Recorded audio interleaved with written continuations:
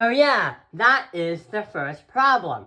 And the formula that we have used is called the compound interest formula.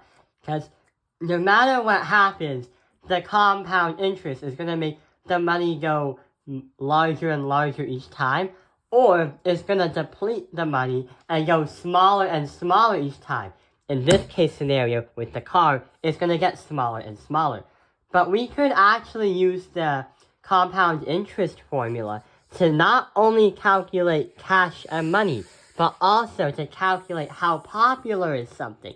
So let's start thinking. A species of invasive rats floods an island.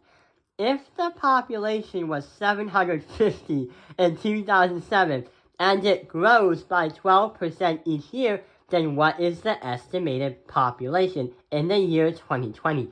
And yes, I just had to create something very, very odd because I had no ideas on how to tell the story problem.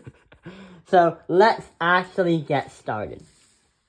Which other formulas are we going to use?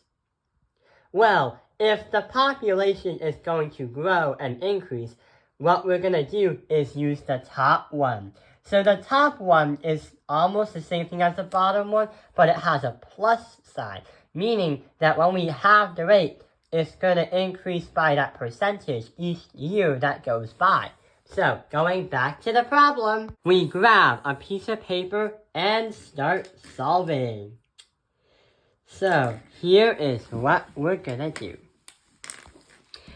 Y is going to equal your starting population, parentheses, 1, plus the rate, because it's going to grow.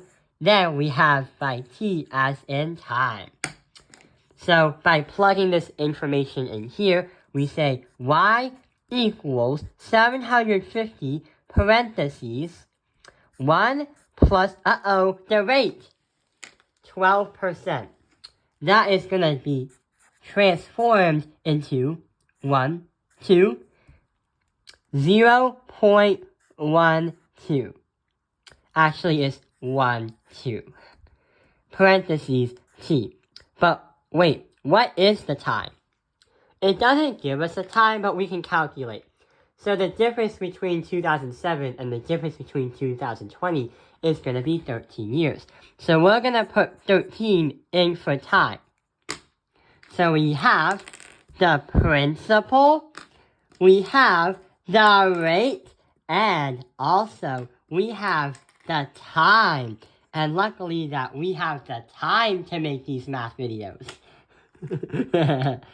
So, let's start solving. 1 plus 0.12 is going to be 1.12. Then, we have to do that by parentheses of 13 as an exponent.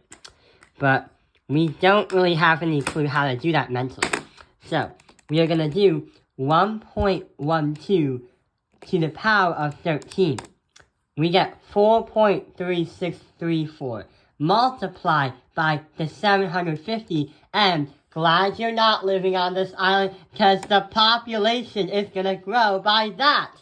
Well, the total population. So, in the year 2020, the rat population is going to be 3,272. Wait. We can't do points because it's not like we cut a rat in half. I'm just going to round to the nearest one. So it's supposed to be 3,272.61, but since you can't slice a rat in half, I'm just going to round it to 3,773 rats. At least you're not cannibals, and at least you're not living on it, because I don't think it's a good idea to be near any dirty infected rats.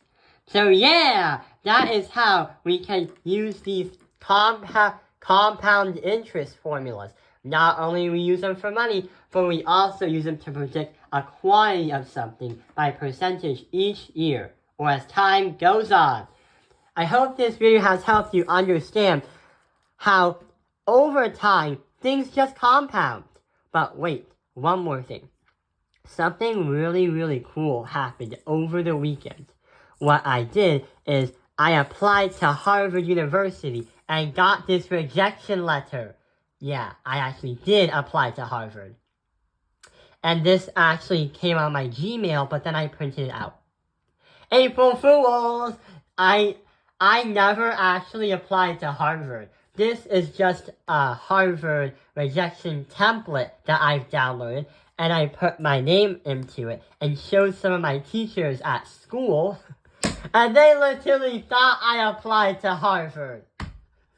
April Fools! Tell me what your April Fool's joke was in the comments below. I hope this video has helped you understand over time, things just compound.